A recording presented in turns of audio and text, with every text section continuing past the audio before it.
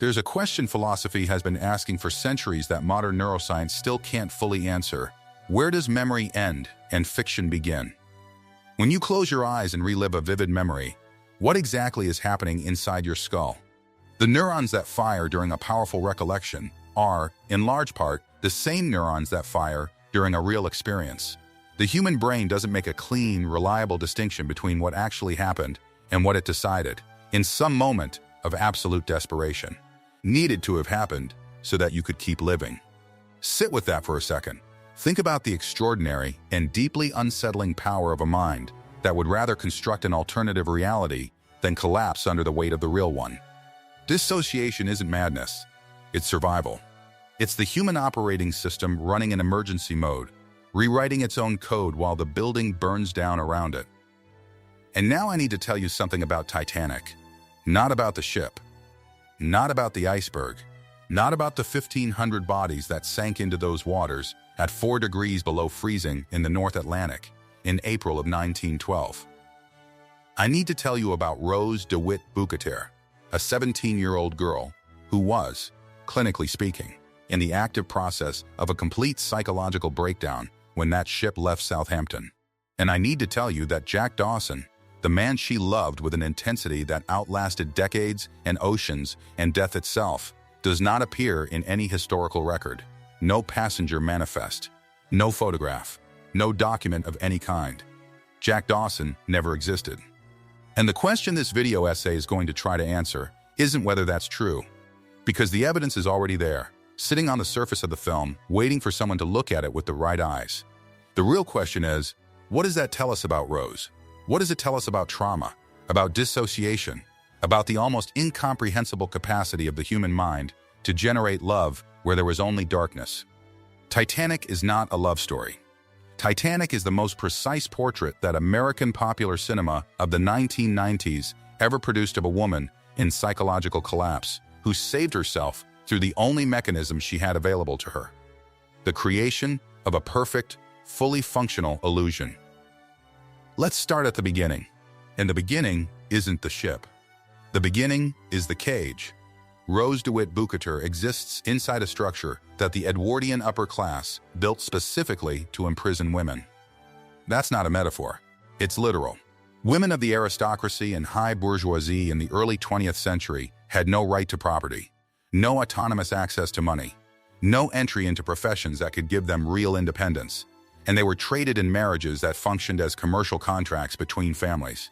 Rose's mother, Ruth DeWitt Bukater, is not a cartoon villain. She is a woman who learned the rules of the game and is passing them to her daughter because, from where she stands, it's the only thing she can do to guarantee the survival of both of them. The DeWitt Bukater family is broke. The film makes this clear, subtly but unmistakably. The appearances are maintained, the dresses are stunning, the hats are immaculate, but underneath all that silk and that veneer of civilized life there is a debt Ruth cannot pay on her own. Cal Hockley is the solution. Cal Hockley is an industrial heir with more money than judgment and an ego that fills any room before he even enters it. The marriage between Cal and Rose isn't a romance. It's a transaction. And both women involved know it, even if only one of them has made her peace with that knowledge. Ruth isn't impervious to her daughter's pain, but she learned, as women of her generation learned, that personal suffering is a luxury that people without money simply cannot afford. So when she speaks to Rose about the weight of responsibility, about what's at stake, there is no gratuitous cruelty in those words. There is the cold, calculated desperation of someone who understands that the world isn't going to change and that survival demands conformity. That doesn't absolve her, but it makes her something more frightening than a villain. It makes her a collaborator built by the system itself. Cal Hockley, on the other hand, is a clinical narcissist in an era that had no language to name that. The abuse he exercises over Rose isn't only physical, though the scene where he overturns the breakfast table and threatens her with thinly veiled violence is disturbingly clear. Cal's abuse is systemic and psychological. He controls what she eats, what she wears, where she goes, who she talks to. He gives gifts and then humiliates. He displays Rose like a possession and simultaneously makes her feel that without him, she is nothing. The diamond necklace he gives her at the start of the voyage isn't a gift. It's a brand. It's the ownership claim of a man raised to believe that women and objects belong in the same ontological category. And Rose is completely alone in this gilded prison, sailing across the Atlantic. No real friends aboard. No allies. Just a mother who sold her, a fiancé who owns her, and an enormous, glorious ship carrying her toward a life she already knows, in the deepest possible way one can know anything, is going to destroy her. It's within this context, in this state of absolute isolation and mounting desperation, that Rose walks to the stern of the Titanic on a cold April night and begins to climb the railing. Let's stop here and think carefully about what is happening in this scene, because it is the axis around which the entire theory rotates. Rose isn't having a dramatic moment. Rose isn't seeking attention. Rose is, with all the calm deliberation that a person in psychological collapse can manage, trying to die. She went to the stern. She chose the stern specifically because first class is at the bow, because no one will come looking for her there immediately, because the North Atlantic at that point of the voyage is dark and infinite and deep enough to swallow everything. She took off her shoes. That detail matters. When people in suicidal crisis remove their shoes, behavioral researchers interpret that gesture as dissociation already underway, a separation between self and body that precedes the act. Rose isn't thinking about her shoes. Rose is no longer fully inside her own body. She's holding the railing. The ship is moving at nearly 22 knots. The wind is cutting. Below, the water is black, and the white foam is hitting the hull with a sound that is simultaneously violent and hypnotic. And it is here, at this exact moment of maximum rupture between Rose and the possibility of continuing to exist, that Jack Dawson appears. Think about the internal logic of that. A human mind on the verge of collapse, separated from reality by a dissociation that has been deepening for weeks, at a moment of absolute terror and irreversible decision, produces a voice. A figure. A man. Psychoanalysis has a name for figures that emerge in moments of acute crisis and are perfectly adapted to solve the immediate emotional problem of the person experiencing them. Psychic protective constructs. They are creations of the unconscious that use material already available in the mind. Fragments of books read, paintings seen, stories heard, recurring dreams, and reassemble them into a coherent figure that functions as an emotional anchor during collapse. Where would Rose have found the raw material to build Jack? Everywhere. In every novel she ever read. In every painting of a free man, on the walls of every museum she visited. In the stories about America she overheard. About men without a past who could reinvent themselves. About the democracy of possibility that the new world promised. Jack Dawson is the distillation of every freedom fantasy that a girl trapped in a golden cage accumulates over 17 years of progressive imprisonment. And notice the terrifying perfection of the construction. Jack isn't simply free. Jack is poor in a way that carries no practically agonizing consequences within Rose's narrative.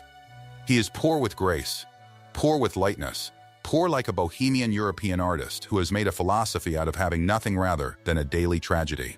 Jack has no family to interfere, no debts to weigh on him, no obligations to divide his attention.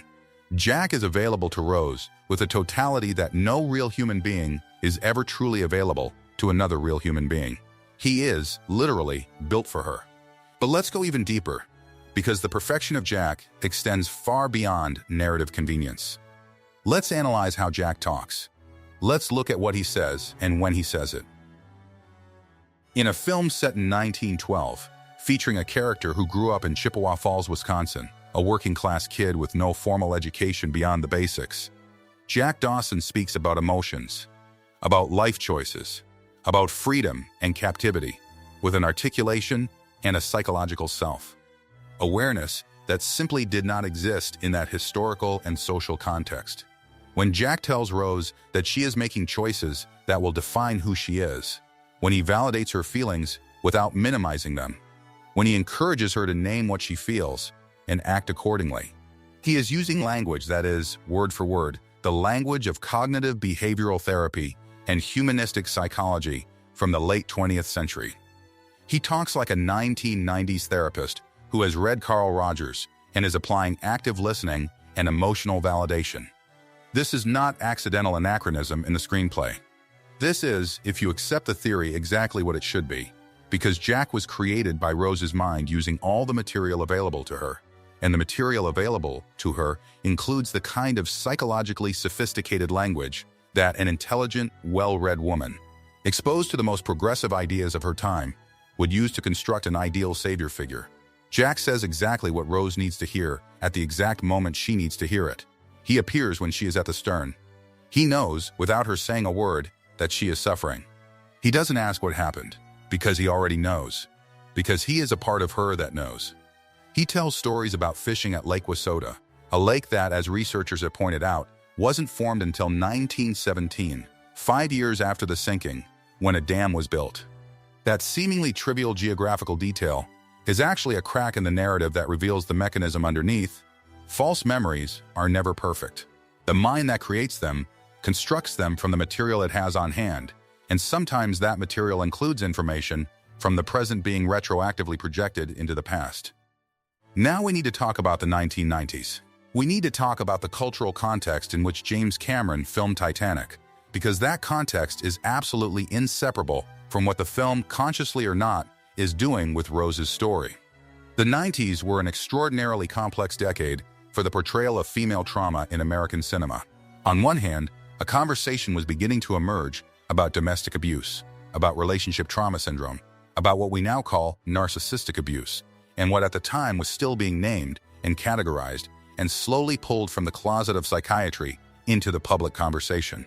Films like Thelma and Louise had, a few years prior, put on screen the image of women fleeing abusive situations in ways the popular culture didn't quite know how to process. Not as passive victims, not as conventional heroines, but as people who simply broke under the weight of an oppressive structure and chose explosion over resignation. At the same time, there was a deep cultural fascination with dissociation, with altered states of consciousness, with what happens to the mind when it is subjected to extreme trauma. The Diagnostic and Statistical Manual of Mental Disorders had included dissociative identity disorder in its third revised edition back in 1987. And throughout the 90s, there was a growing amount of clinical and cultural attention being directed toward the mechanisms by which the human brain responds to trauma, not with a clean break, but with compartmentalization, with fragmentation, with the creation of alternate narratives that allow the individual to keep functioning while the injured part gets stored somewhere safe inside the mind. James Cameron is a filmmaker who absorbs cultural context like a sponge.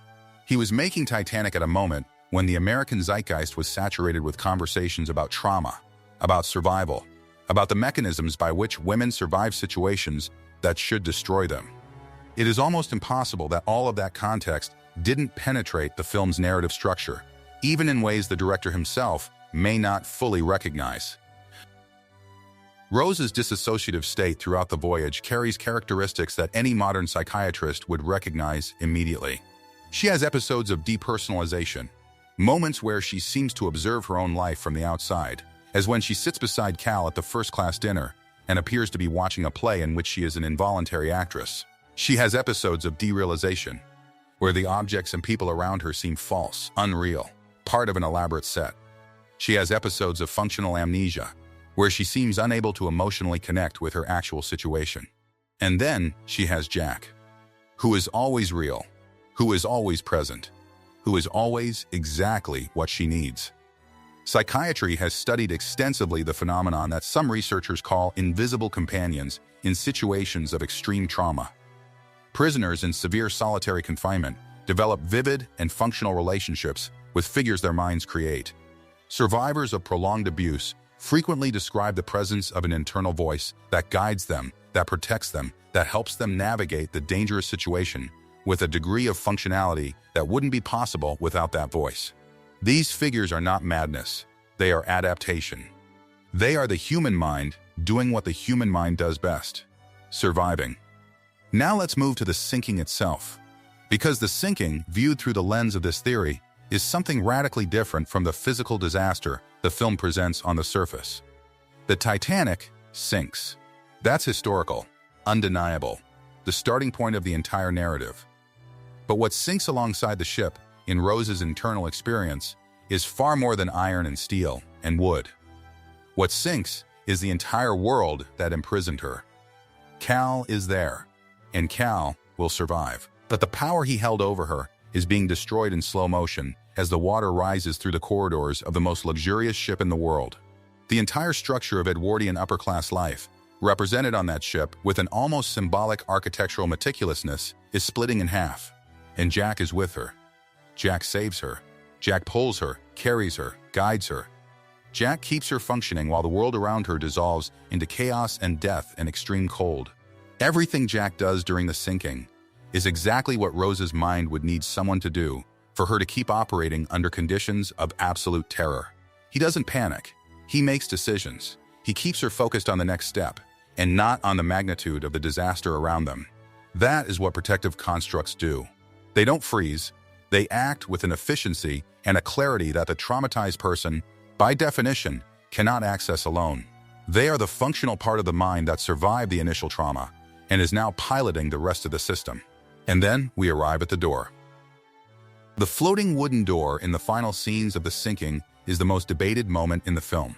The debate usually centers on a physical question. Was the door large enough for two? Could Jack and Rose have both survived on it together? James Cameron has answered that question multiple times over the years, including commissioning a scientific study for a National Geographic special that concluded yes, with the right weight distribution, Jack could have survived. But that is the wrong question. That question assumes Jack exists physically, that there is a real body, with real weight, with a real need for buoyancy, waiting in the water beside Rose. And if that premise is false, the physics question doesn't apply. Jack doesn't get on the door because Jack was never in the water. Jack was never physically real within the universe of the film. He was real to Rose, in the only way that mattered to Rose, which is the reality of lived psychological experience. He was present, guiding, protective, beloved, and when Rose, safe on the door. Having found within herself through the terror and the chaos and the loss a spark of will to survive that didn't exist when she climbed the railing at the stern weeks before. When that spark became solid enough to sustain her independently, the construct began to dissolve. Because that is what psychic protective constructs do when they have fulfilled their function. They don't die tragically, they dissolve. They return to the internal place from which they came. The mind that created them, now possessing enough internal resources to continue, absorbs them back. Jack doesn't sink into the waters of the Atlantic. Jack returns inside Rose to the exact place where he always was, in the space between despair and survival, in the interstice where the mind creates what it needs when the real world fails to provide it. The scene where Rose tells Jack she will never let go is, within this reading, one of the most disturbing and simultaneously most profoundly human scenes that American popular cinema has ever produced. She is making a promise to an illusion. She is vowing to honor the mechanism that saved her, and she keeps that promise. Rose is rescued. She gives her name as Rose Dawson to the officer who adds her to the survivor list. This moment is usually interpreted romantically, a way of honoring Jack, of carrying his name as a new identity, an identity of freedom. And it is that. But it's also something more. It is the integration of the construct. Rose doesn't abandon Jack when he dissolves. She incorporates him.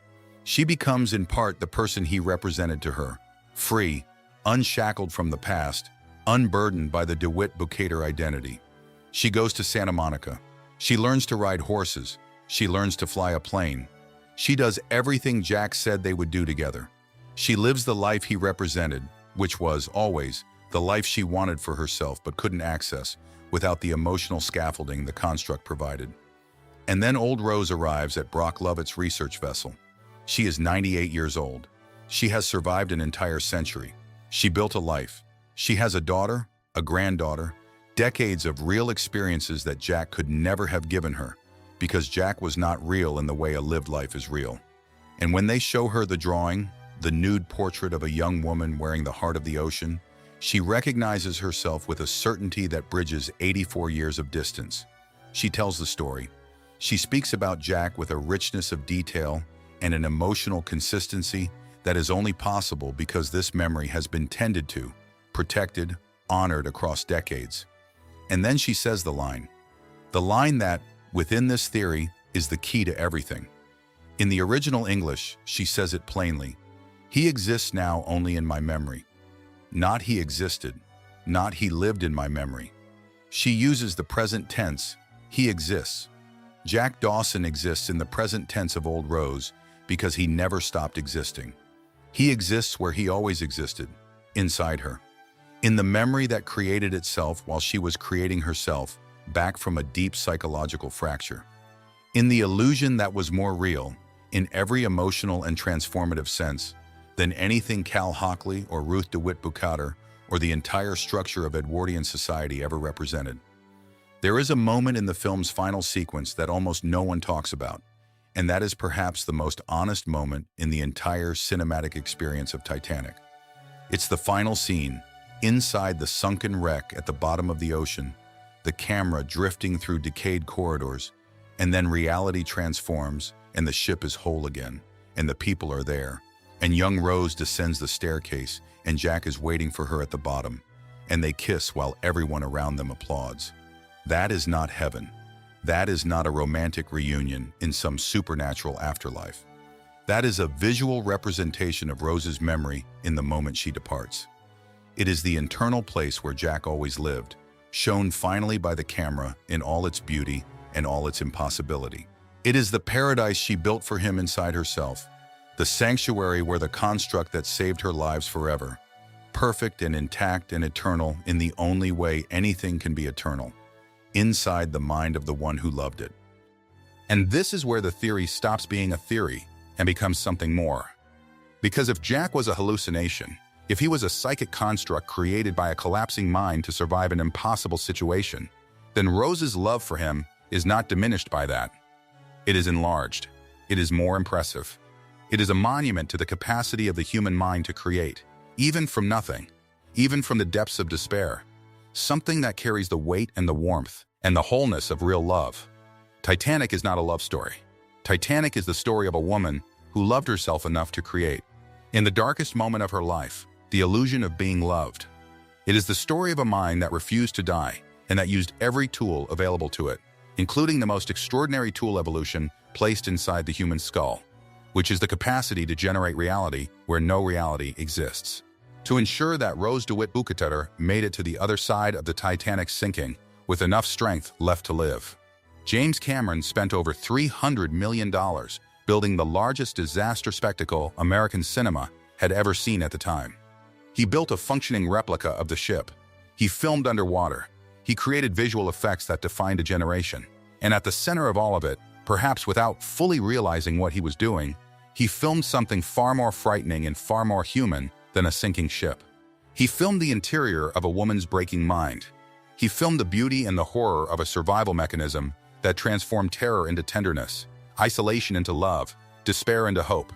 And he did it so convincingly, so technically dazzling, so emotionally devastating, that we all watched and wept and believed in the love between Jack and Rose, exactly the way Rose believed in it. And maybe that is precisely what art is supposed to do. Maybe the deepest function of narrative, of fiction, of cinema, is to create spaces where necessary illusions can exist without being questioned, where survival mechanisms can operate in peace, where the stories we tell ourselves to keep going can be honored for what they are, not lies, but truths of a different order, truths of the inner experience, truths of what the human mind needs to be true in order to continue. Jack Dawson never existed, and Rose DeWitt Bukater never needed something that didn't exist as desperately as she needed him on those April nights in 1912, while the most famous ship in human history split in two in the North Atlantic. And if that isn't love, if that isn't the most human thing you have ever watched on a movie screen, then maybe it's because you haven't yet fully understood what love, in its most fundamental form, actually is. Not the presence of another person, but the extraordinary, rare, and sometimes life-saving capacity to create within yourself the experience of not being alone. Titanic ends with the ship at the bottom of the ocean, and Rose at the bottom of her own heart, alone with the memory of something that never was and always will be. And the next time you watch it, the next time the tears come, ask yourself, are you crying for the love that the ocean tore apart? Or are you crying for the love that the human mind was capable of building in the only place where no iceberg, no narcissist, and no oppressive social structure can ever reach?